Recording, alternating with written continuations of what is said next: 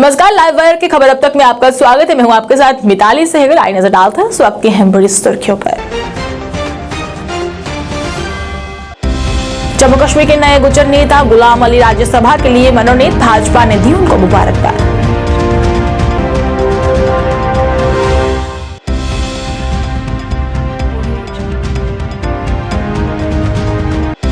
सीमावर्ती क्षेत्र स्वाखा में इंडस टावर ने किया नया टावर स्थापित। पूर्व उप मुख्यमंत्री कविंद्र गुप्ता भी रहे विशेषकर उपस्थित।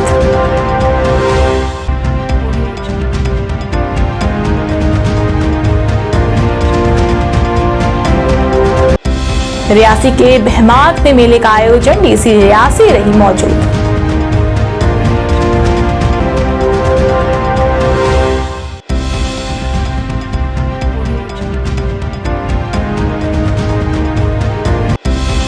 और अपनी पार्टी की नीति से प्रभावित होकर आज कई लोग पार्टी में हुए शामिल। अल्ताफ बुखारी ने किया उनका स्वागत।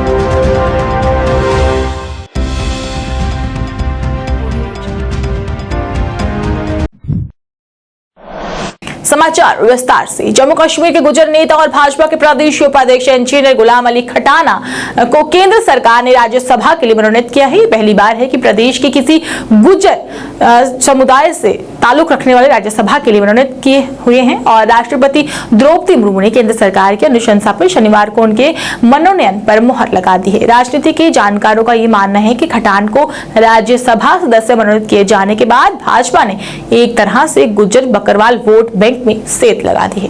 केंद्रीय गृह मंत्रालय द्वारा दी सूचना के अनुसार एक नामित सदस्य का पद रिक्त होने के बाद उन्हें इस पद पर मनोनीत किया गया है। गुलाम अली जो है उनका राज्यसभा में मनोनीत प्रदेश की गुज्जर बकरवाल समुदाय समेत अन्य सामाजिक तौर पर पिछड़े वर्गों के सशक्तिकरण की केंद्र सरकार की प्रतिबद्धता को साबित करता है। उनके सम्मान में आज भाजपा कार्यालय त्रिकुटानगर में कार्यक्रम का आयोजन किया गया, जिसमें उनका भव्य स्वागत किया गया। खटाना ने उन पर भरोसा जताने के लिए मोदी सरकार का शुक्रिया अदा किया और कहा कि मोदी है तो सब मुमकिन है। वहीं इस कार्यक्रम में सांसद जुगल किशोर शर्मा, भाजपा प्रदेश अध्यक्ष शिवेंद्र रैना व गणमान्य लोग मौजूद रहे, जिन्होंने इस पर अपनी खुशी का इजहार किया। गुलाम अली खटाना जी के बारे में बोला गया, उनका इतिहास जब से वो भारतीय जनता पार्टी के साथ जुड़े और उसके साथ साथ उनका कार्य, उनके कार्य की शैली, उसके बारे में भी विस्तृत रूप से चर्चा की गई। आज शायद 12 वर्ष या 14 वर्ष के बाद ही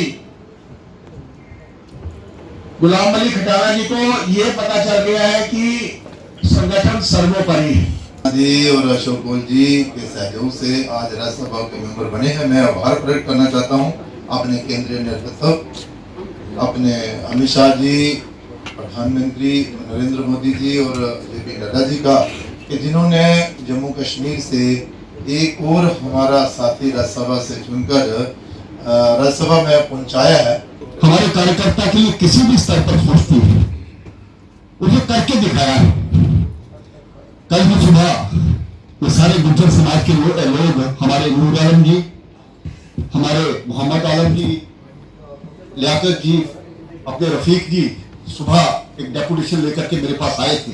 श्रीमान इंजीनियर गुलाम अली खटाना साहब को मुबारकबाद देता।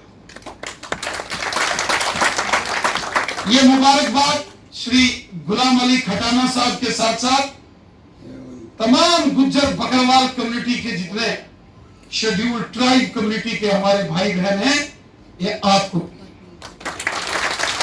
पहली मर्तबा इतना बड़ा फैसला मरकजी हुकूमत ने लिया। शाम को खटाना साहब का मुझे फोन आया कि जनाब ये कुछ लोग मुझे फोन कर रहे हैं, तो मुझे समझ नहीं आ रही मैं इनको आगे से क्या जवाब दूं। तो मैंने कहा क्या बोल रहे हैं? कहते वो तो मुझे मुबारकें पेश कर रहे हैं। अपने पिताजी के साथ रेलवे स्टेशन पर चाय बेचने वाले एक नौजवान नरेंद्र मोदी साहब हिंदुस्तान के प्राइम मिनिस्टर बने।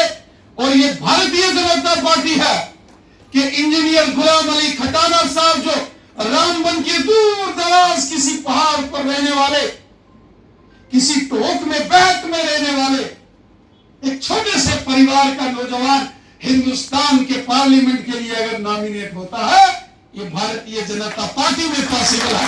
मेरे दिमाग में इंस्पायर रहता था कि वो एक जम्मू कश्मीर एस्पायर रियासत को कैसे चलाते थे, कितने बड़े रिफॉर्मर थे। मैं आपके बीच में ज्यादा देर नहीं रहूंगा, कितने बड़े रिफॉर्मर थे। तो मैं इंस्पायर होता था कि जम्मू जो है ये सिटी ऑफ टेम्पल है, यहाँ शेर बकरी ने कट्टे पानी पिया है और हमें उसमें अपना हक अदा करना चाहिए।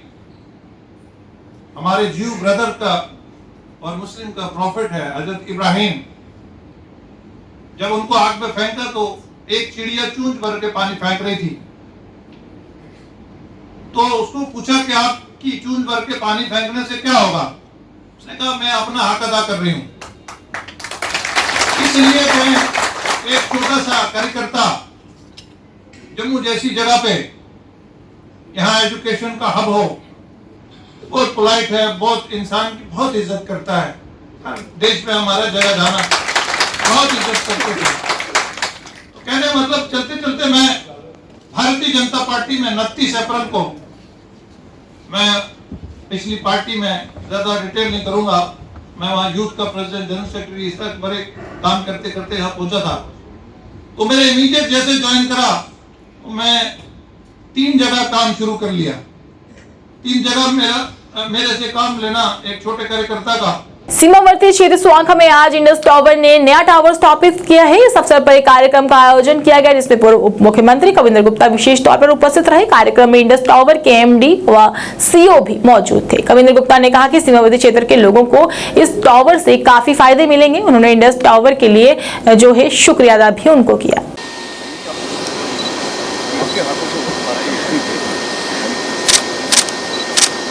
सर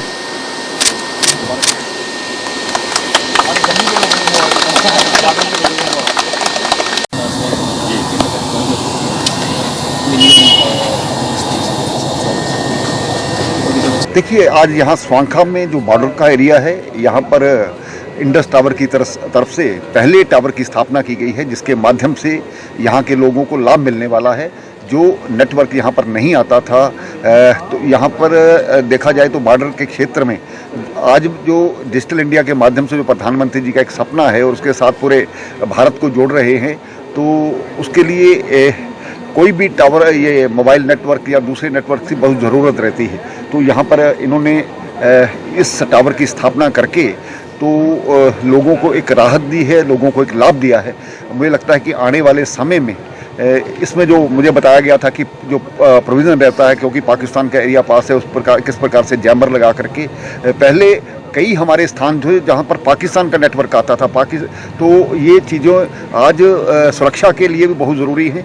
बॉर्डर का एरिया होने के कारण से यहाँ सुरक्षा बल हमारे यहाँ पर रहते हैं, तो स्वाभाविक बात है कि लोग घर में बात करने के लिए या दूसरे आर्मी ये जो हमारी यहाँ पर है, तो उनको भी आपस में नेटवर्क की ज़रूरत रहती है। इस सारे संदर्भ में एक अच्छा यहाँ पर स्टेप लिया गया है गवर्नमेंट ऑफ इंडिया की तरफ से। उन्होंने इस चीज़ को आसान भी बनाया है। आज जिस प्रकार से पहले परमिशन लेने के लिए स्थानीय लोगों से और गवर्नमेंट एजेंसी से जाना पड़ता था, उसमें भी इनको लाभ मिला है।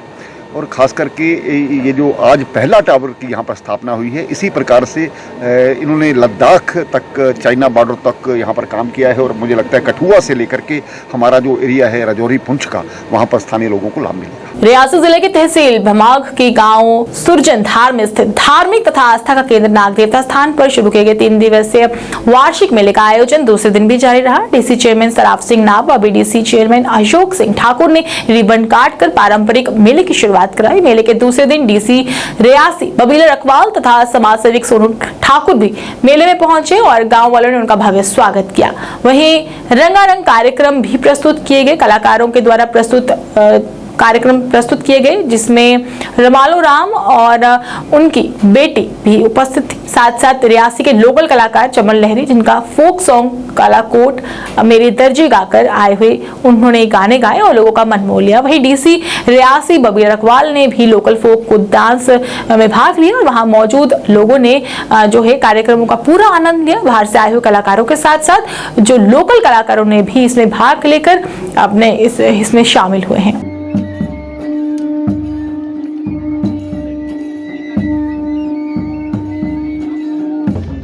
कर दी नहीं है लेकिन इसलिए ਇਹਦੇ ਤਾਈ ਕਿ ਜਿਹੜੇ ਲੋਕ ਆਖਦੇ ਕਿ ਆਸ ਡੋਗਰੀ ਦੀ ਪ੍ਰਮੋਟ ਕਰ ਰਹੇ ਆ ਕਿ ਜੇ ਡੋਗਰੀ ਬੋਲਣਾ ਦੀ ਤਨਖਾਹ ਜਿਹੜੀ ਮੇਰਾ ਹੀ ਮੰਨਣਾ ਕਿ ਡੋਗਰੀ ਮੁਕਾ ਦੀ ਉੱਥੇ ਹੈ ਜੇ ਕਿ ਡੋਗਰੀ ਨਹੀਂ ਬੋਲਦੇ ਪ੍ਰਿੰਸੀਪਲ ਹੁਣ ਤੁਸੀਂ ਅਗਰ ਸਾਡੇ ਆਪਣੇ ਪੰਜਾਬ ਪਿੰਡਾਂ ਚਲੀਏ ਤਾਂ ਸਾਡੇ ਸੁਜਨ ਘਰ ਆ ਦਿਓ। ਮੈਨੂੰ ਨਹੀਂ ਲੱਗਦਾ ਕਿ ਇੱਥੇ ਤੁਸੀਂ ਕੋਈ ਵੀ ਐਸਾ ਮਨੁੱਖ ਮਿਲਿਆ ਹੋਵੇ ਜਿਹੜਾ ਡੋਗਰੀ ਨਹੀਂ ਬੋਲਦਾ ਤੇ ਮਿਸ਼ਨ ਮਾਂ ਡੋਗਰੀ ਇਹਦੇ ਤਾਈ ਹੈ ਕਿ ਇਹ ਮਿਸ਼ਨ ਬਦਾ ਜਾਤਾ ਟੈਨੀ ਆ ਇੱਕ ਨਿੱਕੇ ਕੋਲਾ ਨਿੱਕਾ ਤੇ ਵੱਡੇ ਕੋਲਾ ਵੱਡਾ ਬੰਦਾ ਜਿਹੜਾ ਡੋਗਰੀ ਦਾ ਪ੍ਰਚਾਰ ਪ੍ਰਸਾਰ ਉਹਨਾਂ ਦਾ ਕਰੇ ਜਿੰਨਾ ਕਿ ਕਲਾਕਾਰ करता है जिन्हें ग्रां दा इंसान करता है कि जी अपनी मां बोली दी सेवा करना साडा सारे दा सांझा फर्ज मेला मुझे लगता है कि दिल्ली भी इस मेले च आउंदे 4-5 साल हुई है। बिहार में एक मेला लग रहा है रूरल फेस्टिवल जिसको हम बोलते हैं और जैसा कि आप जानते हो कि सरकार रूरल फेस्टिवल की तरफ काफ़ी प्रोत्साहन दे रही है क्योंकि यहाँ पर आपको कल्चर देखने का मौका मिलता है, लोकल कल्चर देखने का मौका मिलता है और इनफैक्ट यहाँ पर जितने भी लोग आए हैं दूर दूर से गाँव से आए हैं, ऊपर से उठ के नीचे आए हैं। एक कांग्रीगेशन मैं बोलती हूँ लोगों का है, एक दूसरे को मिलने का एक तरीका होता है और सदियों से चला आ रहा है और मुझे बड़ी खुशी है यहाँ पर देखे कि लोग बहुत मगन हुए हैं इस फेस्टिवल को देखने के लिए।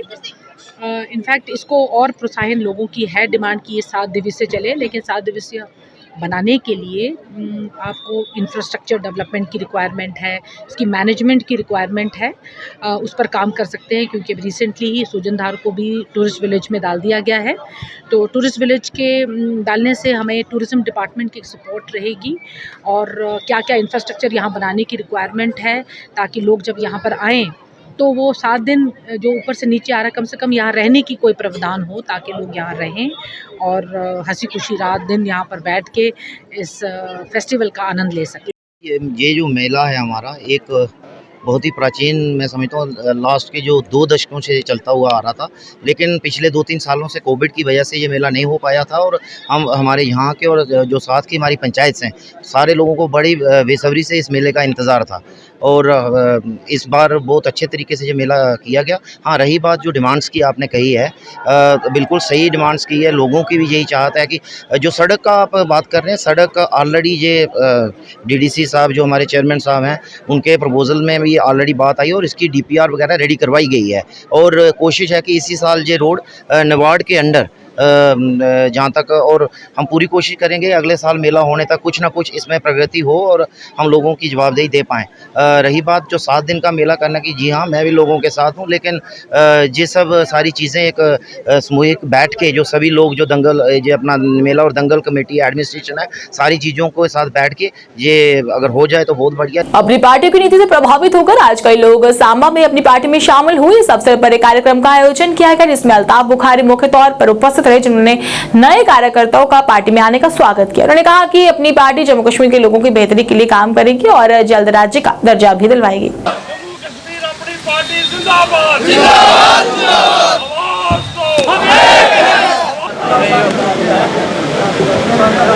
सर नीचे कर लेंगे यहाँ पे। अल्ताफ बुखारी जिंदाबाद, अल्ताफ बुखारी जिंदाबाद। मैं विपक्ष करूंगा। जम्मू में लोगों ने इसलिए वोट दिया कि उनको डराया गया कि कश्मीरी सियासतदान आपको खा जाएंगे और कश्मीर में यह कहा गया कि अगर तुम हमें वोट नहीं दे दोगे तो जम्मू वाले आपको खा जाएंगे। और जब हम आज नजर डालते हैं इन सियासतदानों ने हमको ही खाया। इन्होंने जम्मू में जम्मू वालों को खाया, कश्मीर में कश्मीर वालों को खाया। आप तो फिर भी खुशकिस्मत निकले। कश्मीर में तो 1.5 लाख बच्चा जमीन के नीचे कब्रों में दफनाया हुआ है इनकी बुरी सियासत की वजह से। इन्होंने वो सियासत पैदा की जिससे लोगों ने, नौजवानों ने बंदूक उठाया। क्योंकि इस मुल्क में कोई हिसाब किताब का अमल नहीं है। वरना अगर हिसाब किताब लिया जाता उन नौजवानों को बंदूक उठाने पे किसने मजबूर किया, तो आप देखेंगे शायद वो हुक्मरान जो आज भी कहते हैं कि हमें वोट दे दो, शायद वही जिम्मेवार हैं उनके कब्रों के नीचे जाने के लिए। जम्मू में हम जब कहते हैं कि हमारा दुश्मन यहाँ ड्रग्स की वबा फैला रहा है, तो हम ये बोल रहे हैं कि फ्रस्ट्रेशन की जिम्मेवार सरकारें होती हैं। वो सरकारें जो लिस्ट एक दिन निकालती हैं, दूसरे दिन कहती हैं कि अब इस लिस्ट में गड़बड़ हुआ, क्योंकि उनके चाहते उनमें नहीं होते हैं। 4 साल तो हमारे बच्चों के खराब हो जाते हैं।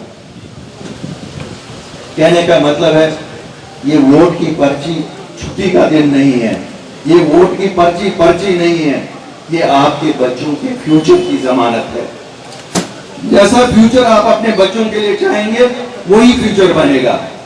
2014 में आप लोग जज्बात में आए, सब जज्बात में आते हैं, मैं भी शायद जज्बात में आया होगा, हम लोग भी आए। मैं क्या आपको किसी और की बात करूं? 2019 में जब इलेक्शन थे तो हमारे डॉक्टर फारूक साहब उठे, उन्होंने कहा साहब हम तो ये 370 और 35A बचाएंगे, हमें वोट दे दो। हमने भी उनको वोट दिए, बचा तो कोई नहीं सका।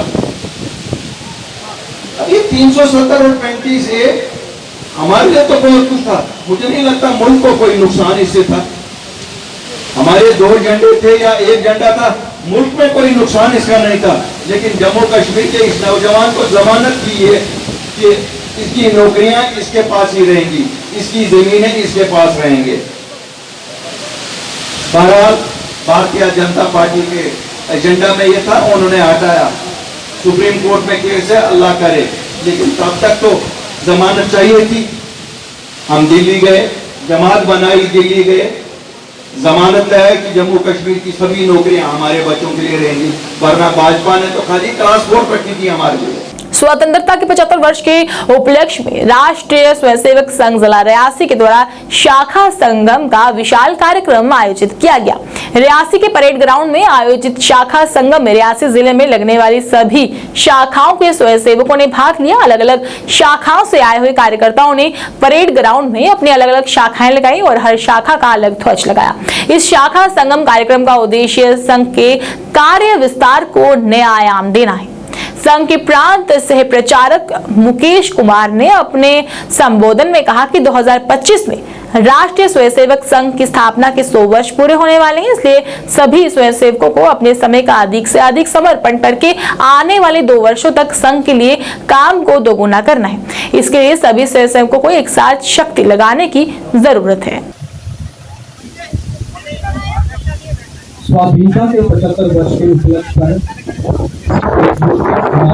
स्वागत करते हैं, अभिनंदन करते हैं। आज जैसा कि हम सभी जानते हैं, अपने जिला में जितनी भी शाखाएं लगती हैं, उन सभी शाखाओं का अपने जिला केंद्र यानी रियासी नगर में ये शाखा संगम का जो मेला है, जिसके हम सभी साक्षी बने। श्रीमान दलीप जी, आप मूलतः राजस्थान के रहने वाले हैं और आप 2006 से प्रचारक हैं और प्रांत कार्यकारिणी के सदस्य के नाते आप बाल कार्य और घोष का कार्य हैं और आप मूलतः राजस्थान के रहने वाले हैं और 2010 से आप प्रचारक हैं। अपने विभाग उधमपुर के विभाग कार्यवाह हैं। मूलतः आप रामबन के रहने वाले हैं और शिक्षा विभाग में आप कार्यरत हैं। ऐसा है कि पूरे देश में अब हम सभी जानते हैं कि स्वतंत्रता के 75 वर्ष के उपलक्ष्य में अनेकों प्रकार के कार्यक्रम किए गए। इसी प्रकार रियासी के अंदर जो अपने संघ के कार्यकर्ता है, उन्होंने निश्चित किया कि 75 शाखाओं का संगम जहाँ रियासी के स्टेडियम में रहेगा और इसके अंदर आप देखिए कि दूर दूर से गांव से लोग, छोटे बच्चे से लेकर बड़े तक इस संगम में आए और जहाँ का वातावरण जो दृश्य था, ये अपने आप में अद्भुत था। तो सर क्या मान के चले कि कार्यक्रम फिलहाल तो अच्छा होगा, लेकिन अगर बारिश ना हो तो और बेहतर होता। ऐसा है कि ये जो बारिश है, ये हम ये मानते हैं कि ये भारत माता का, वैष्णो माता का और सामने काली माता का मंदिर है, और इन ये सबका आशीर्वाद है कि जो कार्य संघ कर रहा है, उस कार्य के लिए इन सबका सहयोग, इनका आशीर्वाद, इनका प्यार माता का, भगवान का हमारे साथ है। सर जो लोग यहाँ पे आए थे, जो पिछले जो संघ के लोग आए थे, जिला रियासी से आए थे या फिर अन्य जिलों से यहाँ पे आए थे? ये सभी रियासी जिले के थे। ये कटरा, पौनी, बारागुप्ता से, महौर, किसाना, अरनास, जहाँ जहाँ भी चाहे लड़के संघ का कार्य है वहाँ से ये सभी स्वयंसेवक अपने खर्चे से अपना खर्चा करके जहाँ तक आए। सर रियासी के अंदर संघ के कार्यक्रम पहले ही बड़े होते हैं, लेकिन इस तरह का कार्यक्रम पहली बार देखने को मिला, तो इसके पीछे मोटिव क्या है? ऐसा है कि समय समय पे संघ अनेक प्रकार के समाज को जोड़ने के कार्यक्रम करते रहते हैं। कभी जब इस तरह का बड़ा कार्यक्रम होता है तो पूरे समाज को फिर इसका अच्छा पॉजिटिव प्रभाव होता है। राजौरी बुडल की तराइन में फगोली सड़क मार्ग न बनने से स्थानीय लोग परेशान हैं। लोगों ने हमारे संवाददाता से बात करते हुए बताया कि सड़क मार्ग का काम 2004 में शुरू हुआ था और इस समय 4 करोड़ की लागत से कुल 7 किलोमीटर की सड़क को काटने का काम पूरा हुआ, लेकिन अभी तक सड़क पूरी नहीं हो पाई, जिसकी वजह से लोगों को काफी परेशानियां जो है उसे झेलना पड़ रहा है। लोगों ने जल्द से जल्द इस समस्या के समाधान की मांग की है।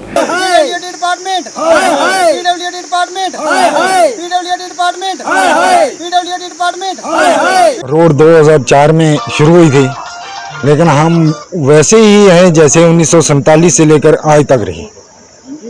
लेकिन मैं आज डीसी साहब से ये रिक्वेस्ट करता हूँ कि हमारे साथ बहुत बड़ी बेइंसाफी है। कहते हैं कि ये पब्लिक जो है गलत कहती है, लेकिन पब्लिक कानूनी खिलाफ वर्जी करती है। लेकिन मैं कहता हूँ कि तंग आके जंग होता है।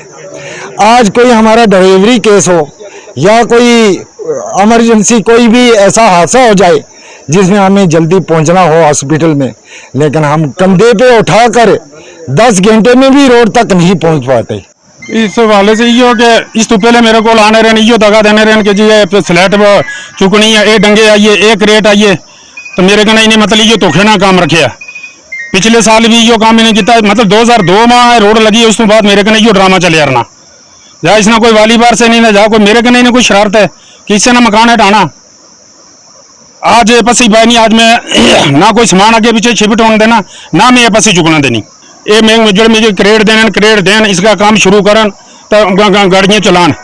अगर वो काम नहीं करने तो जिस तरह नहीं बंद, इस तो पहले ऐसे कोई रोड ना कोई मुआवजा नहीं ना खाई ना कि गवर्नमेंट पैसे देगी नहीं है कि ना जी रोड बंद नहीं हो सकनी। 2002 से लेकर आज तक 2023 लगने वाला है, 2-3 महीने ही बाकी हैं। आज तक इस रोड की जो आप कंडीशन है वो आप देख लो इधर क्या है, जहाँ पे यहाँ कोई डंगा कोई पुली कोई कुछ नहीं है। अब ना तो इस रोड पे डिस्ट्रिक्ट राजौरी के अपने डिप्टी कमिश्नर जो हैं हमारे वो ध्यान देते हैं, ना तो रियासी के दे रहे हैं इस टाइम तक। तो ये है जो एक लावार्स रोड जो है वो बन चुकी है। बनाना चाहते हैं तो सबसे पहले वो यहाँ मशीन लेके आएँ, ये पसी उठाएं, डंगा पुली जो भी उन्होंने देना है यहाँ लगाएं और रोड को बेहतर बनाएं। अगर थोड़ा थोड़ा काम भी वो करेंगे तो ये रोड हम समझते हैं कि ये बेहतर गाड़ियाँ चलने के काबिल है जो ये बन सकती है। Poonch Surankote LG rolling trophy के लिए ट्रायल्स का आयोजन किया गया। सबसे पहले नायब तहसीलदार सुरनकोट चौधरी अफजल मुख्य तौर से उपस्थित रहे। ट्रायल में काफी संख्या में खिलाड़ियों ने भाग लिया और अपने भाग्य आजमाया। ट्रायल्स में चयनित खिलाड़ियों को एलजी रोलिंग ट्रॉफी में खेलने का मौका भी मिलेगा।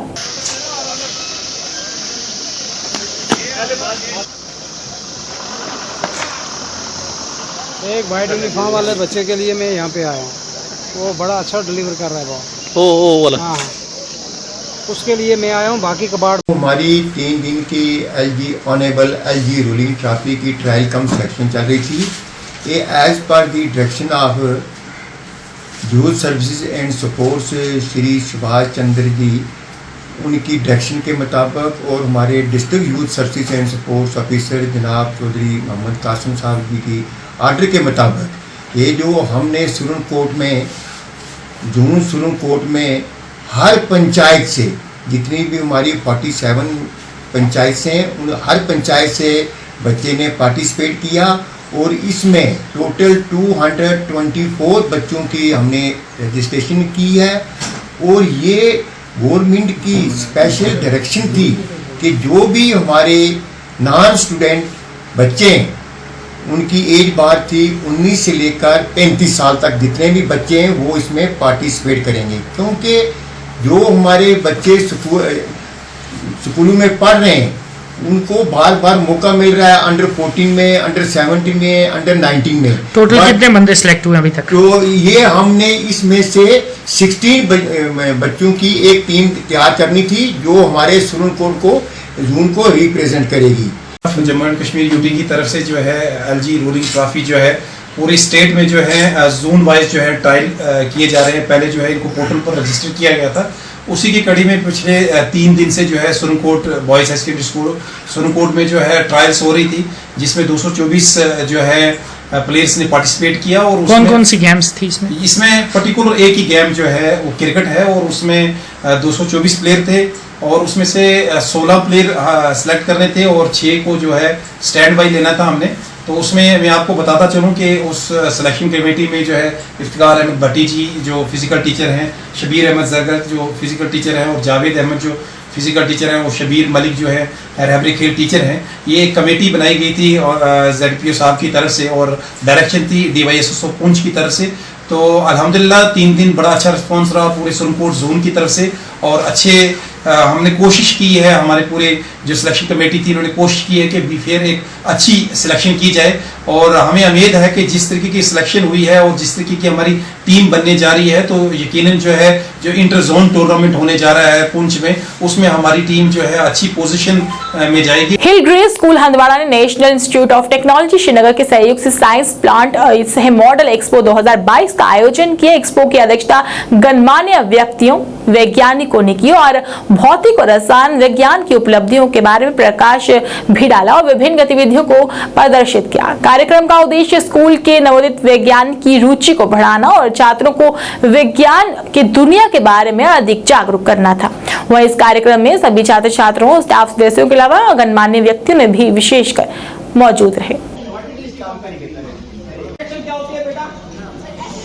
Conducted a science plot it was a demonstration of the projects that the students have made, and a number of people, great people from NIT, National Institute of Technology, Srinagar came and they showed us a number of experiments about the science, and this led to a greater development of all our thoughts and all the knowledge that we had about science and ourselves. Thank you so much for asking me this question. This is basically a kind of science launch cum model expo 2022 in collaboration with National Institute of Technology, Srinagar, where we had a team from the Department of Physics, Chemistry, and thereupon, apart from the National Institute of Technology, there were some other professionals who have taken participation in this event, just to elevate the interest of students, so that they could can I say do more better in the field of science, and they could do can I say more better in the field of technology as well. Well, as you know that it is actually a need of the scenario that students should be quite enabled and imbibed with all the process of science and technology. They should at least be in a position to understand each and every pros and cons of it. So for that very thing, we actually have hold this program, and thereupon it was basically an initiative of the National Institute of Technology, Department of Physics, Department of Chemistry and Biology, who have collaborated with us to come up with lot of different new concepts, so that they could can I say present that before the students. आज हमने NIT की पूरी team को यहाँ पे दावत दी थी ताकि ये मुख्तलिफ प्रोग्राम्स प्रैक्टिकल्स यहाँ बच्चों के सामने करें और उनको भी एक वो हौसला अफजाई उनकी होगी, और इसके साथ साथ बच्चों को एक और भी कुछ प्लेटफॉर्म्स हैं जहाँ पे हम उनको ले जाना चाहते हैं। तो इनकी वसादत से हमारी जो राह है इंशाल्लाह हमवार होगी। तारुफ देना चाहता हूँ कि हम एक टीम यहाँ पे आई हुई है, तो हम साइंस टीचर एसोसिएशन पहले इसका नाम था और अब हमने इसका नाम रखा है J&K साइंस कम्युनिकेटर्स नेटवर्क। तो इस ऑर्गेनाइजेशन के तहत हम मुख्तलिफ स्कूलों में जाकर मुख्तलिफ नौइयत के प्रोग्राम्स मुनक्कद करते हैं, जिसमें साइंस एग्जिबिशंस हैं, हैंड्स ऑन एक्टिविटीज़ है, और जो हमारे साइंस सब्जेक्ट्स हैं इंक्लूडिंग मैथमेटिक्स। तो हम इन सारे सब्जेक्ट्स के लिए हमने डिवाइस की हुई हैं कुछ एक्टिविटीज़, वो हम बच्चों को दिखाते हैं, और नाइट स्काई वॉचिंग हम करते हैं। हमारे पास 10 इंच टेलीस्कोप है। भारतीय सेना ने महिला साइकिलिंग रैली 2022 का आयोजन किया। इस रैली का आयोजन Shaukat Ali stadium Lasi command post Uri Baramulla तक किया गया। आपको बता दें कि साइकिल रैली में कश्मीर और गैर कश्मीरी महिलाओं ने भी हिस्सा लिया और नारी सशक्तिकरण और अमन का पैगाम दिया। वहीं इस मौके पर गणमान्य व्यक्ति विशेषकर उपस्थित रहे।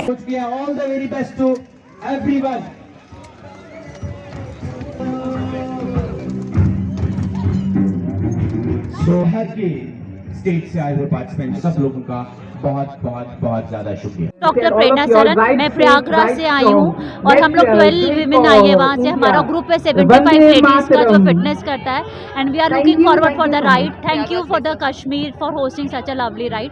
थैंक, बहुत अच्छा लगा। एक जन्नत जो कहा जाता है कश्मीर को, वो वाकई ही जन्नत है और झेलम के बगल में झिलाने का जो एक एक्सपीरियंस हम लोगों को मिल रहा है उसके लिए thank you so much. Self confidence build करने हम लोग आए हैं और हम लोग आगे भी आएंगे इसी तरीके से। लोकल गर्ल्स के साथ करेंगे, इंजॉय करेंगे। It's not a competition for us, it's just an enjoyment. We just want to empower women in every way.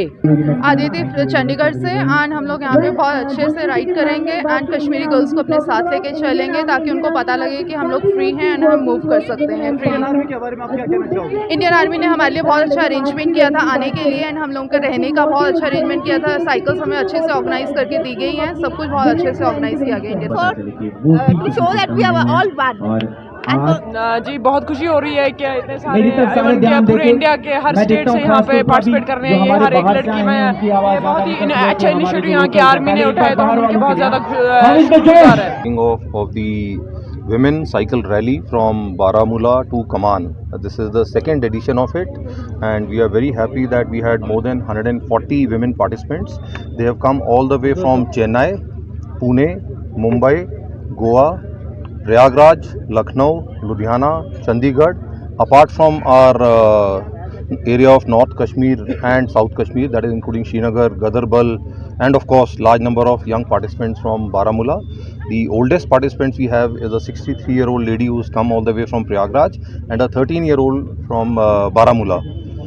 This is the second edition and each year we find it difficult to accommodate the large number of growing requests to have this flag off now and we look forward to receiving them and welcoming them and felicitating them at Kaman in a befitting manner. Srinagar में आज से 21st national न्यूरोपेडिकॉन 2022 की शुरुआत हुई जिसमें doctor Muzaffar जान ने जानकारी दी कि बेमीना अस्पताल में 500 बिस्तरों वाला सुपर स्पेशलिटी अस्पताल जो कि न्यूरोलॉजिकल समस्याओं के लिए काम करेगा। उन्होंने बताया कि आजकल के समय में 10 से 15% बच्चों में न्यूरोलॉजिकल समस्याएं हैं जिसको देखते हुए 500 बिस्तर वाला सुपर स्पेशलिटी अस्पताल काम करेगा। इस मौके पर भारत भर के प्रतिष्ठित संस्थानों के न्यूरोलॉजिस्ट कश्मीर के डॉक्टरों के साथ उन्होंने अपने अनुभव साझा किए। वहीं इस मौके पर उन्होंने बताया कि किन कारणों से बच्चों में बीमारी जन्म लेती है और कैसे इनसे निपटा जा सकता है व कई जानकारियां भी उन्होंने साझा की। Masters of paediatric neurology as guest faculty.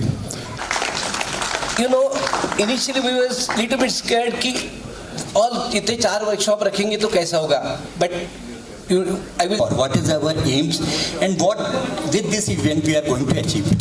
So first aim of IAP to bring IAP in every corner of the country. ये बहुत दिनों से हम इस प्रोग्राम में लगे हैं कि हम एक न्यूरोलॉजी के कॉन्फ्रेंस करें, बच्चों की न्यूरोलॉजी कॉन्फ्रेंस करें कि हमने यहाँ पर जो बेस्ट एक्सपर्ट्स हैं कंट्री में केरला से कश्मीर तक सबको बुलाया है ताकि ये अपनी एक्सपीरियंस शेयर करें, अपनी नॉलेज शेयर करें, हम अपडेट हो जाएं और ये हमारे यहाँ वर्कशॉप करें ताकि हमारे जो डॉक्टर्स हैं पेरिफेरीज में हैं चाहे यहाँ हमने सबको इन्वॉल्व किया। उनको हमने कल 4 वर्कशॉप्स किए, ट्रेनिंग दी उनको। साइकोलॉजी ज़्यादा हो गए पेंडिंग में बच्चों को, आधे डिप्रेस हो गए, आधे हाइपर हो गए, आधे एग्रेसिव हो गए, टेम्पर पैनिक अटैक्स होने लगे बच्चों को। हमारे पर्टिकुलर एडोलेसेंस में हमने काफ़ी देखा कि पैनिक अटैक बढ़ने लगे क्योंकि जब उनका एक माहौल होता है बच्चों को सुबह निकलना है, दिन में स्कूल जाना है, वापस आना है, खेलना है, पढ़ना है, वो सारा डिस्ट्रैक्ट हो गया, घर में बंद हो गए, इससे उनके जहनी दबाव काफ़ी हो गया। नई स्पेशलिटी है all over the country. In fact अगर मैं बताऊं 80s में हार्डली कोई पीडियाट्रिक न्यूरोलॉजिस्ट कंट्री में था, आज समूह है। इनफैक्ट ये बड़ी रेयर स्पेशलिटी है और न्यूरोलॉजी मीटिंग जो श्रीनगर में अभी हो रही है ये 89 के बाद हो रही है। बिग मीटिंग एक हुई थी वर्ल्ड कांग्रेस न्यूरोलॉजी का सैटेलाइट सिंपोजियम शेर कश्मीर कन्वेंशन कम्प्लेक्स में 89 में हुआ था, तो उसके बाद अब ये हो रहा है and it is a big event for everybody, for paediatrics here, paediatric neurology के लिए भी और डॉक्टरों के लिए भी। मिसयूज यूज़ इज़ बैड, इससे इनके बैड हैबिट्स होंगे। फॉर एग्जांपल गेम्स का एडिक्शन हो सकता है, गैम्बलिंग का एडिक्शन हो सकता है, नींद में काफ़ी बाधा आ सकती है, पढ़ाई में बाधा आ सकती है। I think over use of screen overall everybody knows is bad, मगर ये भी ज़रूरी है इस्तेमाल करना, क्योंकि पढ़ाई शढ़ाई भी इसी से होती है। देखा गया 1-2-2.5 घंटे दिन में अगर बच्चे इस्तेमाल करें, that is the upper limit, beyond that it is injurious to health. Eco tourism की तरफ से लोगों को पर्यटन के बारे में जागरूक करने के लिए आज बारामूला जिले के गवास श्री क्षेत्र में एक रैली का आयोजन किया गया, जिसमें भाजपा सरकार द्वारा पर्यटन नीति के बारे में बताया गया और लोगों को जागरूक भी किया गया। वहीं इस मौके पर भाजपा नेता मोहम्मद अनवर खान भी विशेष रूप से उपस्थित रहे, जिन्होंने मीडिया से बातचीत करते हुए बताया कि बारामूला जिले को राज्य में एक प्रमुख पर्यटन स्थल के रूप में विकसित करना है, हम सबका लक्ष्य भी है। उन्होंने कहा कि उनके विकसित होने से कई फायदे भी हैं, जिस पर भाजपा सरकार कई योजनाएं बना रही है। उन्होंने ये भी बताया कि केंद्र सरकार लगातार युवाओं को खेलों की तरफ रुझान करने के लिए कई योजनाएं भी साथ ही बना रही है, जिसमें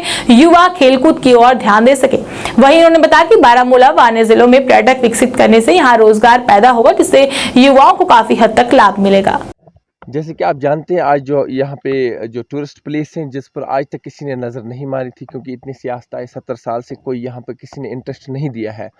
हम अपने वज़ीर आज़म हिंद श्री नरेंद्र मोदी के शुक्रगुजार हैं, जिसने ये 3 जगहों पे ये शिनाख्त की है, जहाँ पर हमने ये टूरिज़्म जो 3 जैसे कि गवास है, यहाँ पे हाजीबल है और गहन एरिया है, वहाँ पे हमने ये टूरिज़्म जो कल से हमारी वहाँ पे प्रोग्राम जारी रहेगा। आज हमने शुरुआत की है इंशाअल्लाह रहमान। यहाँ पे जो बेरोज़गारी का मसला बड़ा है जम्मू एंड कश्मीर में, इससे बेरोज़गारी दूर हो जाएगी। तो आपको लगा कि जो आने वाले दिनों में इंफ्रास्ट्रक्चर भी बढ़ेगा? बिल्कुल, ये तो ऑब्वियसली कि जब यहाँ पे टूरिज़्म बढ़ेगा, क्योंकि सबसे बेरोज़गारी का जो ज़रिया है ख़त्म होने का वो एक टूरिज़्म है, इसको बढ़ाने की ज़रूरत है। और हम अपने सेंट्रल गवर्नमेंट के भी शुक्रगुजार हैं, जिन्होंने 8 साल में करके वो दिखाया जो 70 साल में वो सियासतदान नहीं कर सके। तो ऐसी जगहों की निशानदेही किसने की? यहाँ पे हम अपने सीनियर लीडर जो हमारे कायद है सीनियर मोहम्मद अनवर खान साहब, जिसने आज शुरुआत की है अपने सीनियर लीडरानों के साथ, हमारे वर्करों के साथ हमने आज पहल की है। इंशाल्लाह रहमान इसको सक्सेसफुल करके ही रहेंगे। शुक्रिया। बारामूला के हैदरबेग जोरावर हॉल में सुरमई शाम जवानों के नाम एक कार्यक्रम का आयोजन किया गया। इस संगीत संध्या में मनोरंजन सामूहिक पारेख फाउंडेशन के कई कलाकार उपस्थित रहे, जिन्होंने लाइव संगीत और गायन से दर्शकों का मन मोह लिया। आपको बता दें कि इस कार्यक्रम में हीना मेहता के नेतृत्व में 30 कलाकारों ने अपने गायन से सैन्य दर्शकों का मन मोह लिया, वहीं सैन्य दर्शकों ने इसको खूब सराहा। इस मौके पर मेजर जनरल माथुर बात करते हुए बताया कि यह कार्यक्रम सशस्त्र बलों के लिए आयोजित किया गया है। विशेष रूप से जम्मू कश्मीर केंद्र शासित प्रदेश में तैनात जवानों के लिए इस कार्यक्रम का आयोजन किया गया है। वहीं अन्य जानकारियां भी उन्होंने दी। इस मौके पर चिंतन राणा, प्रशांत राव, वीरेंद्र भीलिया, संजय मराठे और अन्य लोग भी उपस्थित रहे। इस मौके पर सैनिकों द्वारा इस तरह के कार्यक्रम करवाने के लिए कलाकारों का आभार व्यक्त किया गया।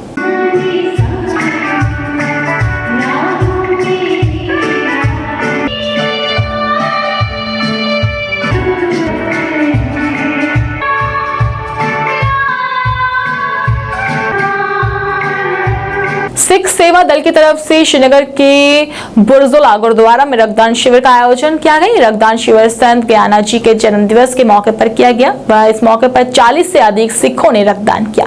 वहीं संत ज्ञाना जी के जन्म दिवस समारोह के हिस्से के रूप में जिले के विभिन्न हिस्सों में गरीब और जरूरतमंद को सामूहिक भोजन भी कराया गया और साथ ही संत ज्ञाना जी के उपदेशों को याद करते हुए उनके दिखाए हुए मार्ग पर चलने की अपील की गई।